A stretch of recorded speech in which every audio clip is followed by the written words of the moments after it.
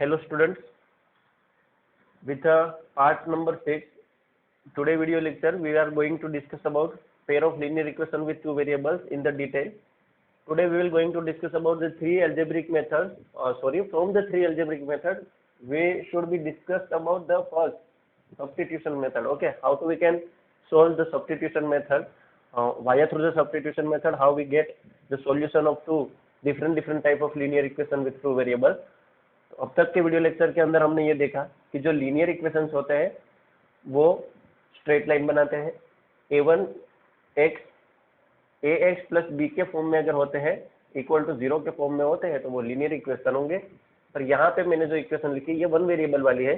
अगर इसको two variable वाला होना है तो यहाँ पे ax plus D Y equal to something होगा 0, या तो कोई नंबर होगा। तो यही जो नंबर है, मान लो मैंने 5 लिख लिया तो ये मेरा कॉन्स्टेंट वैल्यू है जिसको मैंने c कहा था। ठीक है, तो अगर ax plus B Y plus C के फॉर्म में अगर मेरा कोई 0 होगा, प्लस सी इक्वल टू 0 होगा, तो ये जो है वो उसका स्टैंडर्ड फॉर्म है। किसका स्टैंडर्ड फॉर्म है? Linear equation with two variable का स्टैंडर्ड फॉर्म है। अगर यही इक्वेशन मेरे पास पेयर के अंदर आए, ठीक है, पेयर के अंदर अगर आए तो मुझे दो इक्वेशन जनरेट करने होंगे, a1x plus b1y plus c1 equal to 0, और यहाँ पे a2x plus b2y plus c2 equal to 0। तो यहाँ पे ये जो है वो मेरे पास दो लीनियर इक्वेशन है टू वेरिएबल वाले। अब आपको पता है कि ये जो दो लीनियर इक्वेशन विथ है टू वेरिएबल वाले, ये ग्राफ के अंदर जब हम इसको रिप्रेजेंट करते थे बच्चों, तो हमको ये पता था कि ये जो है वो स्ट्रेट लाइन जनरेट करते हैं। ये भी एक स्ट्रेट लाइन है, ये भी एक स्ट्रेट लाइन है। तो जबकि ये स्ट्रेट लाइन बनाते हैं तो यहाँ पे 3 केसेस हमने डिस्कस किए थे। ये सारी बातें मैं जल्दी से रिकैप कर लूँ। फर्स्ट केस था कि या तो सेकेंड एंड थर्ड केस, ठीक है, ये मेरे ग्राफ के कार्टेशियन प्लेन है। तो पहला केस अगर हमें यह सिखाता था कि या तो ये जो दो लीनियर इक्वेशंस वाले हैं ये कोई एक पॉइंट के अंदर इंटरसेक्ट होंगे, कोई भी एक पॉइंट पे इंटरसेक्ट होंगे, वही उसका सॉल्यूशन होगा। कोई भी एक पॉइंट पे जब इंटरसेक्ट हुआ तो उसका एक्स और वाई आप लोगों को फाइंड करना आता है। अब ये जो पॉइंट के ऊपर इंटरसेक्ट हुआ एक्स वाई आपको मिल गया, तो ये एक्स वाई को हम क्या कहते हैं? Basically this is X Y is nothing but it is a solution of this equation and this equation both. इसका मतलब ये हुआ कि एक्स और वाई मुझे ऐसी एक वैल्यू मिली जो मैं यहाँ पे रखूंगा, सिंप्लीफाई दूंगा तो 0 मिलेगा। वही एक्स वाई की वैल्यू अगर मैं यहाँ पे रखूँ, सेम टू सेम यही वैल्यू जो मैंने यहाँ पे रखी थी वो वैल्यू अगर मैं यहाँ पे रखूंगा फिर भी मुझे 0 मिलेगा। तो बच्चों दोनों इक्वेशंस को सेटिस्फाइड करने के लिए मुझे एक्स और वाई की जो वैल्यू मिली इसको कहते थे हम सॉल्यूशन। ठीक है, सॉल्यूशंस के बारे में और रूट्स के बारे में डिफरेंस है। अगर कोई कहे कि इस इक्वेशंस के रूट कितने हैं, तो रूट का मतलब तो ये होता है कि वो एक्स एक्सिस को कहाँ पे इंटरसेक्ट करे। ठीक है, कोई भी ग्राफ एक्स एक्सिस को जहाँ पे इंटरसेक्ट करता है वो उसका रूट होता है। सॉल्यूशंस का मतलब ये होता है कि वो सिंप्लीफाई कर देने के बाद 0 हो जाए। ओके, सेकंड, तो ये फर्स्ट थिंग हमने देखी थी कि या तो वो इंटरसेक्ट होगा एक पॉइंट के अंदर। ऐसी सिचुएशन के अंदर, इस टाइप के कंडीशन के अंदर हम कहते थे कि जब इस टाइप का होगा तब इसके सॉल्यूशंस कितने होंगे? ओनली वन सॉल्यूशन होगा। ठीक है, एक ही सॉल्यूशन इसका होगा। ये जो पेयर है इसको हम कंसिस्टेंट पेयर ऑफ इक्वेशन कहते थे, कंसिस्टेंट पेयर ऑफ इक्वेशन इसको बोलते थे। ठीक है, और ये एक ही पॉइंट के अंदर इंटरसेक्ट होगा। ये सारी बातें हमने इसके अंदर डिस्कस की थी। पर इंपॉर्टेंट थिंग ये थी कि जब इसका यूनिक सॉल्यूशन होता है, इसका मतलब एक ही सॉल्यूशन होता है, ऐसी परिस्थितियों में हम ये लिखते हैं कि a1/a2 should not be equal to b1/b2। ये होना चाहिए। अगर ये नहीं होता तो एक सॉल्यूशन मिलना थोड़ा दिक्कत देगा या तो असंभव है। a1/a2 should not be equal to b1/b2। अगर इस टाइप की जब कंडीशन क्रिएट होगी तब हम कह सकते हैं कि इसका एक ही सॉल्यूशन होगा। a1 and a2 b1 b2 क्या है? ये मेरे क्वेश्चन के अंदर ऑलरेडी दिए हुए एक्स और वाई के रिस्पेक्टिवली फर्स्ट इक्वेशन और सेकंड इक्वेशन में से उठाए हुए कोएफिशिएंट है। ठीक है बच्चों, आगे बढ़ते हैं। अगर यही जो बात है सेकंड केस के अंदर मुझे रिप्रेजेंट करना है, तो या तो ये एक पॉइंट के अंदर इंटरसेक्ट होगा या तो फिर क्या होगा, या तो वो इंटरसेक्ट ही नहीं होगा। इंटरसेक्ट ही नहीं होगा, इस बात को तो मैं ऐसे लिख सकता हूँ कि भाई अगर इंटरसेक्ट नहीं होगा तो वो पैरेलल लाइंस होगी, क्योंकि दुनिया में पैरेलल लाइंस की पेयर ही तो ऐसी है जो इंटरसेक्ट नहीं होती। ठीक है, कोई दो लाइंस को पैरेलल खींच लिया तो वो इंटरसेक्ट नहीं होती। ऐसी परिस्थितियों में हमें याद रखना है कि इसका जो है वो सॉल्यूशन है ही नहीं, यानी नो सॉल्यूशन। नो सॉल्यूशन होने के लिए a1 b1 और a2 b2 c1 और c2 ये सारे के बिहेवियर्स कैसे होंगे? A1/A2 B1/B2 जितने होंगे, A1/A2 B1/B2 जितने होंगे, पर उसका जो आंसर है वो C1/C2 जितना नहीं होगा। ठीक है, मैं सीधा सिंपल से अगर आपको समझाऊं तो इसका कोई एक एग्जांपल आपको मैं लेकर दिखाऊं तो अगर मैं लिखूं 2x, देखिए बहुत इंपॉर्टेंट, बड़ा मजेदार एग्जांपल है, देखिए आपको पता चलेगा। अगर मैं लिखूं 2x + 5y = 7 और मैं यहाँ पे लिखूं 2x + 5y = 9, ठीक है, तो देखो मैंने दो इक्वेशन जनरेट कर दिए। ये linear equation with two variables वाले दो पेयर में है। अब देखिए यहाँ पे A1 तो सेम है कि नहीं, A1/A2 सेम है, B1/B2 भी देखो B1/B2 भी सेम है, पर जो रिजल्ट है वो C1/C2 एक जैसा नहीं है। कहने का मतलब ये है कि ये साइड अगर इसकी इक्वल है पर ये साइड डिफरेंट डिफरेंट है, ये तो पॉसिबल ही नहीं है ना बच्चों, ऐसा तो पॉसिबल ही नहीं है। अगर 2x + 5 कहता है कि मेरे आंसर 7 आ रही है, वही 2x + 5y थोड़ी देर के लिए बाद ये कहता है कि नहीं नहीं मेरा आंसर तो 9 आ रहा है, तो 2x + 5y ही अपने जो सॉल्यूशन है, अपना जो रिजल्ट है उसके ऊपर वो श्योर नहीं है ना। एक बार कह रहा है कि मैं 7 हूँ, एक बार कह रहा है कि नहीं मैं 9 हूँ। तो यही जो इक्वेशन वो दो भाषा में बात कर रहा है, डिफरेंट डिफरेंट टाइप के नंबर्स दे रहा है, इट मीन्स दैट इसकी सॉल्यूशंस नहीं है। ठीक है बच्चों, आगे बढ़ते हैं हम। ये तो सेकंड केस था नो सॉल्यूशंस वाला, कि ये पैरेलल होगा तब इंटरसेक्ट नहीं होगा। इंटरसेक्ट नहीं होना का मतलब है सॉल्यूशंस नहीं है, क्योंकि दोनों लाइंस के ऊपर एक भी ऐसा कॉमन पॉइंट नहीं है जो x और y को सेटिस्फाइड कर सके। अगेन लिसन, x और y की ऐसी कोई पर्टिकुलर एक पॉइंट नहीं है जिसके ऊपर ये दोनों का एक कॉमन पॉइंट होना चाहिए। जैसे कि यहाँ पे कैसे एक कॉमन पॉइंट है, ये पॉइंट इस लाइन के ऊपर भी है, ये पॉइंट इस लाइन के ऊपर भी है, तो भाई इसका मतलब ये हुआ कि x और y में ये जो वैल्यू है वो दोनों के अंदर है। यहाँ पे तो है ही नहीं क्योंकि इंटरसेक्ट नहीं हो रहा। थर्ड केस हमने ये देखा था कि या तो फिर ये एक के ऊपर एक ऐसे ओवरलैप हो जाएगी लाइन, एक के ऊपर एक लाइन अगर ओवरलैप्स होती है इस टाइप से, तो इसका मतलब ये हुआ कि इसके सॉल्यूशंस इनफाइनाइट है, क्योंकि infinite points are common between the two lines. बहुत सारे पॉइंट्स कॉमन है, अगर एक ही पॉइंट कॉमन था इस केस में तो एक ही सॉल्यूशन था, एक भी पॉइंट दोनों के अंदर कॉमन नहीं है क्योंकि इंटरसेक्ट नहीं हुआ तो नो सॉल्यूशन। बहुत सारे पॉइंट्स कॉमन है, ठीक है ना, बहुत सारे पॉइंट्स कॉमन है। इसका मतलब क्या है, इसका जो मीनिंग है हम लिख सकते हैं यहाँ पे इनफाइनाइट मेनी सॉल्यूशन, ठीक है, इनफाइनाइट मेनी सॉल्यूशन। और इस केस में हमें क्या याद रखना था, A1/A2 = B1/B2 = C1/C2। ये हमने देखा अब तक के वीडियो लेक्चर के अंदर हमने ये 5 पार्ट के अंदर इसके ऊपर बहुत सारे एग्जांपल्स भी हैंडल किए थे, ठीक है, और आप लोगों को डीपीपी भी सोल्व करने दी थी मैंने। आई होप आप लोगों ने कवर कर लिया होगा। Let us today we are going to discuss about have any other ways. इसका मतलब कि मेरे पास क्या कोई दूसरा रास्ता है ग्राफ को प्लॉट किए बगैर मैं क्या ये कह सकता हूँ कि एक्स और वाई की सर ये वैल्यू है। अगर मान लो ये हो सकता है तो कितना मजा आएगा, क्योंकि हर बार मुझे ग्राफ ड्रॉ करने की जरूरत नहीं है। अगर मुझे ये लीनियर इक्वेशन और ये लीनियर इक्वेशन के सॉल्यूशन फाइंड करनी है तो इसके लिए ग्राफ बनाऊंगा। अगर ग्राफ इंटरसेक्ट होगा तो कहूंगा कि सॉल्यूशन एक पॉइंट के अंदर है, नहीं इंटरसेक्ट होगा तो नो सॉल्यूशन है, ओवरलैप होगा तो बहुत सारे सॉल्यूशन है। ये सारी कंडीशन ग्राफ के बगैर भी हम कर सकते हैं अगर ये रूल्स हमें याद होगा तो, ठीक है, ये 3 रूल्स अगर याद होंगे तो।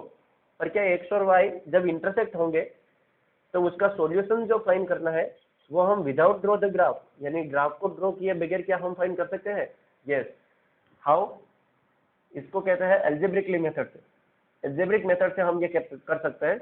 यहाँ पे पहला एल्जेब्रिक मेथड में हमें डिस्कस करनी है सब्स्टिट्यूशन मेथड, ठीक है, टाइटल लगा दो अपनी नोट्सबुक में, फेयर बुक के अंदर, substitution method.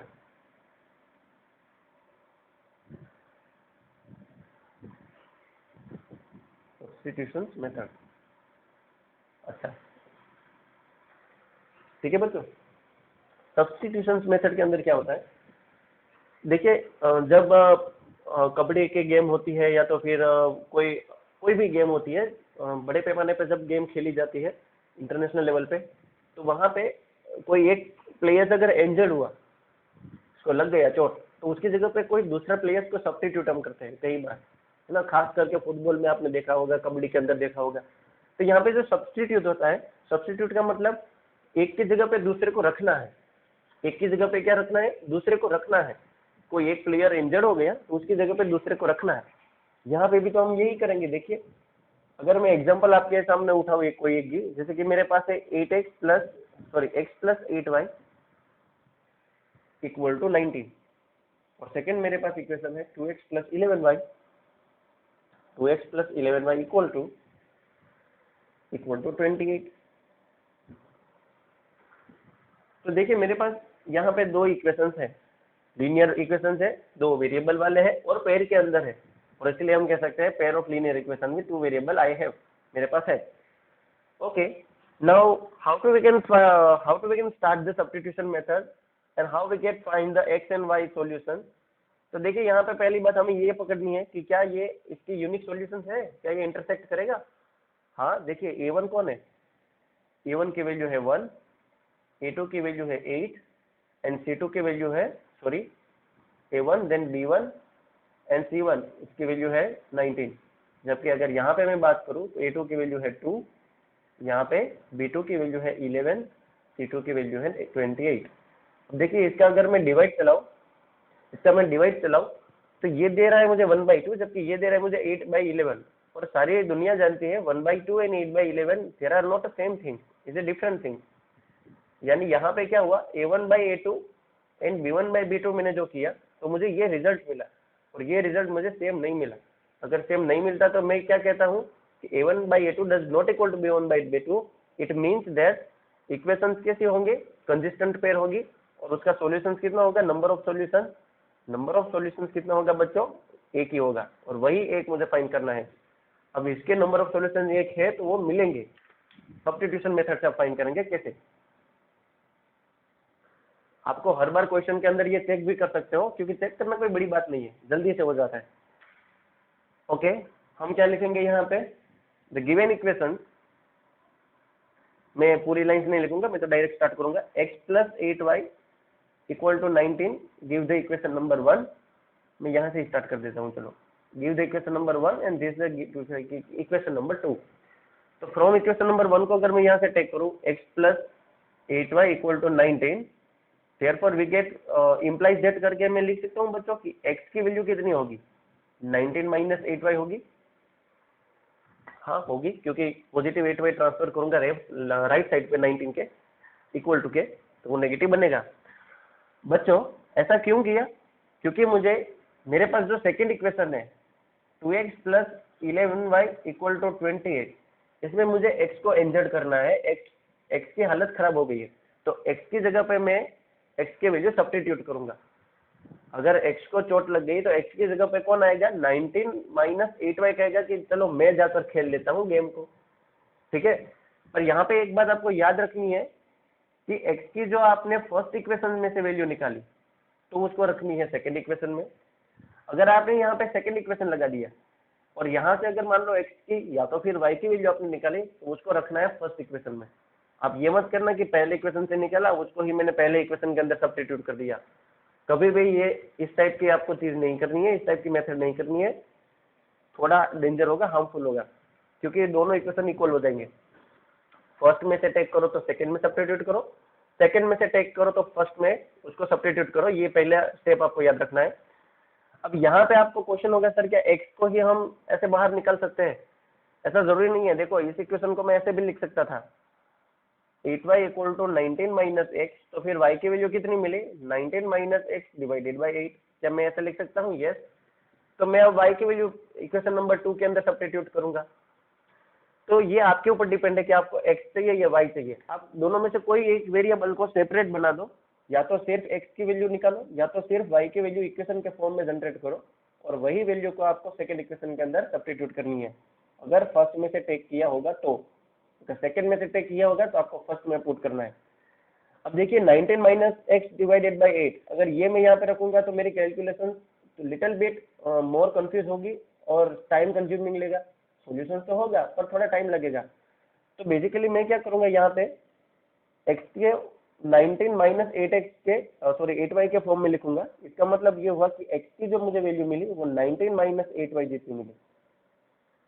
Late put the value x in this equation, तो मैं कैसे लिखूंगा यहाँ पे 2 19 minus 8y plus 11y equal to 28। तो देखा बच्चों मैंने यहाँ पे क्या किया, जहाँ पे मुझे x दिखा वहाँ पे मैंने 19 माइनस 8y सब्स्टिट्यूट कर दिया, जो मैंने यहाँ से टेक किया था, क्योंकि x की वैल्यू 19 माइनस 8y मुझे मिली।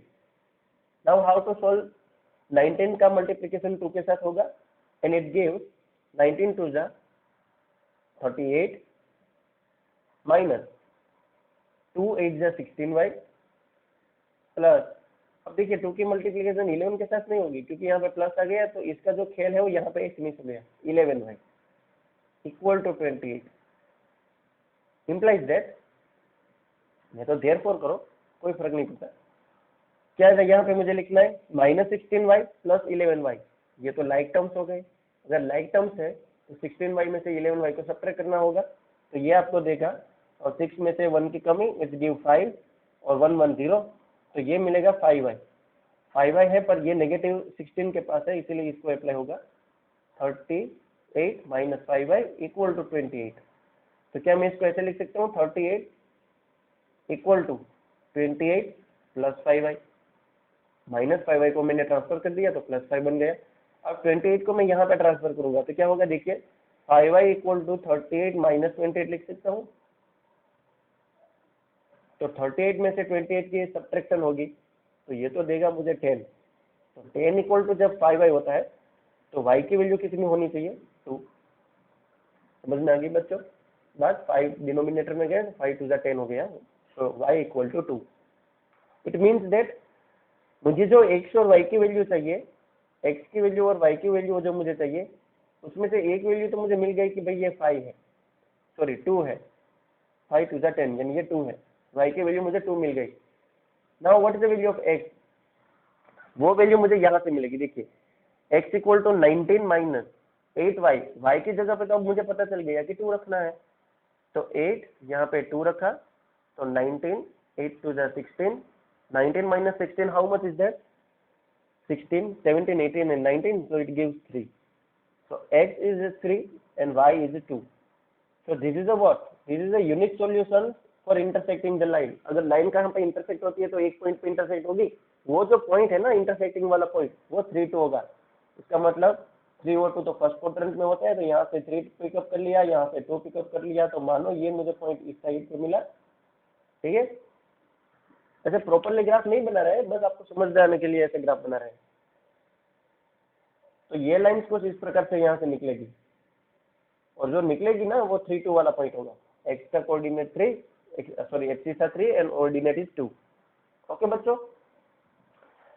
और इसको ज्यादा डीप में समझो, ये तो सब्स्टिट्यूशन मेथड थी, क्या किया वहां पे से हमने अगेन देख ले, दोनों में से रेंडमली कोई इक्वेशन को हमने सिलेक्ट कर लिया, उस इक्वेशन के अंदर आप चाहे तो सेकंड को भी सिलेक्ट कर सकते हो, मैंने फर्स्ट को सिलेक्ट किया क्योंकि यहाँ पे एक अकेला था, तो x plus 8y equal to 19 को सिलेक्ट किया, x को मैंने यहाँ पे रखा, बाकी वैल्यू को ट्रांसफर किया, तो x की इक्वल टू मुझे कुछ ना कुछ मिला।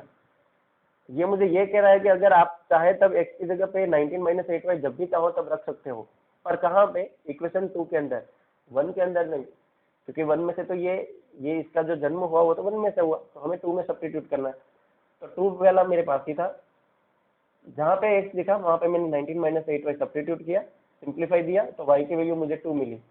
ये जो y की वैल्यू 2 मिली उसको अगेन मैंने, अब देखो ये जो 2 मिला ना, ऐसा जरूरी नहीं है कि आपको यहीं पे ही रखना है, आप ये जो 2 मिला वो आप यहाँ पे या तो यहाँ पे, अगर ये 2 आप यहाँ पे रखते तो भी आपको 3 मिलता, अगर ये 2 जो है वो यहाँ पे रखते तो भी आपको 3 मिलता।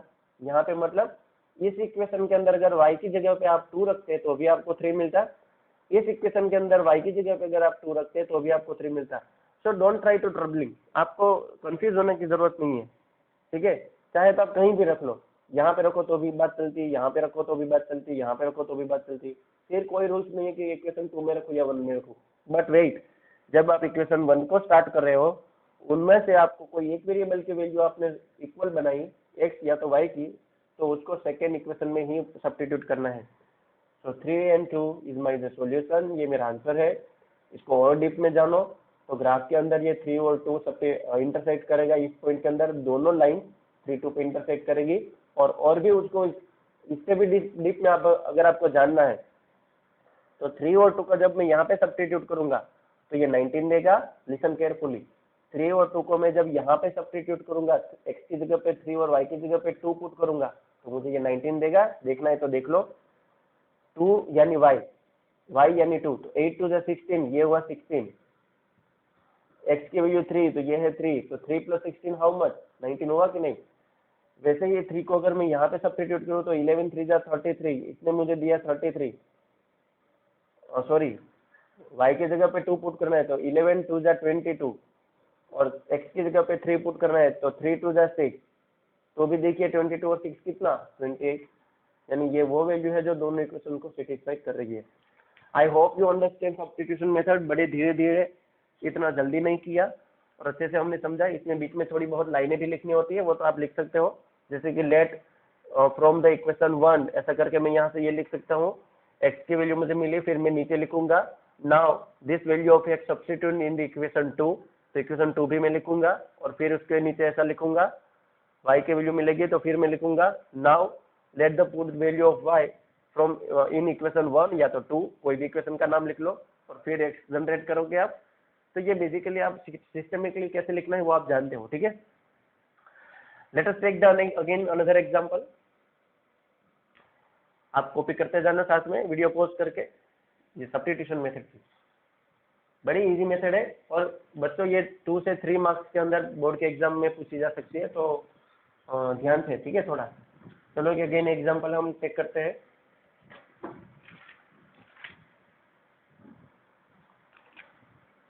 Three x plus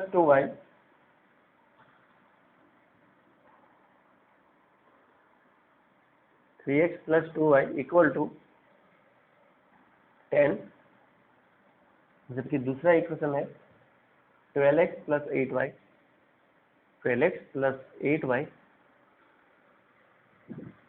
equal to 30। Clear.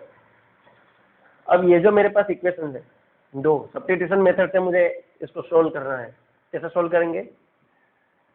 तो पहले तो अगर मैं 3/12 निकालूं, 2/8 निकालूं, तो क्या ये सेम होगा? ये होगा 3 4 जा 12, ये होगा 2 4 जा 8, तो हाँ भाई ये तो सेम हो गया, 1/4 तो इक्वल हो गया, ठीक है ना। 1/4 यहाँ पे तो इक्वल हो गया।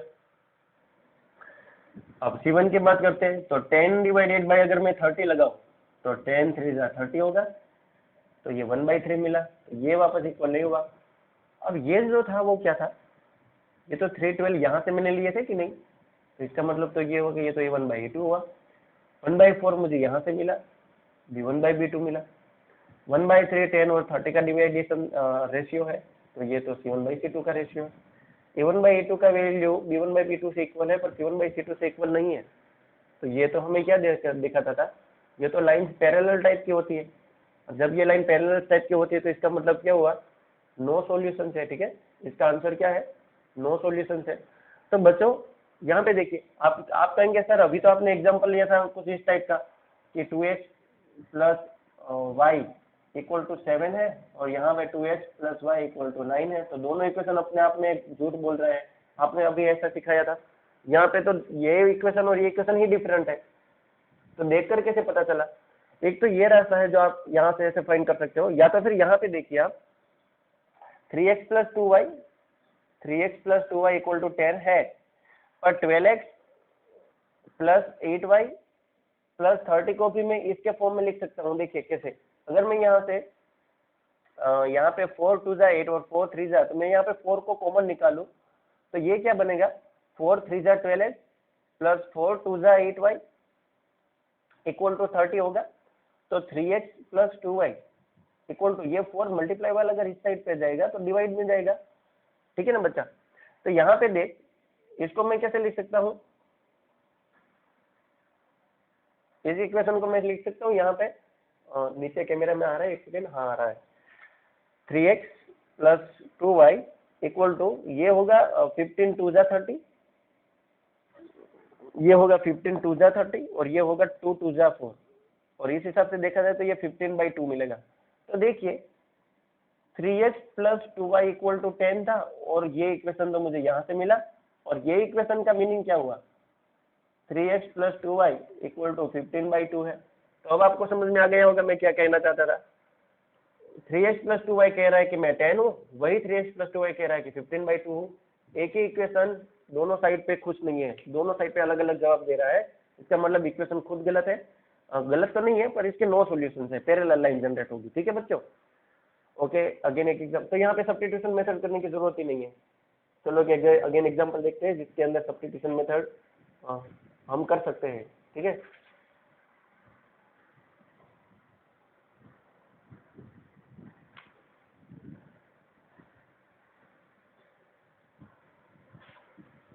ओके। ये मेरा इक्वेशन 1 है, ये मेरा इक्वेशन 2 है। इक्वेशन 1 इक्वेशन 2 में से कोई भी x और y की वैल्यू पिकअप करनी है। चलो इस बार इक्वेशन 2 को हम लेते हैं। ठीक है, तो हम लिखेंगे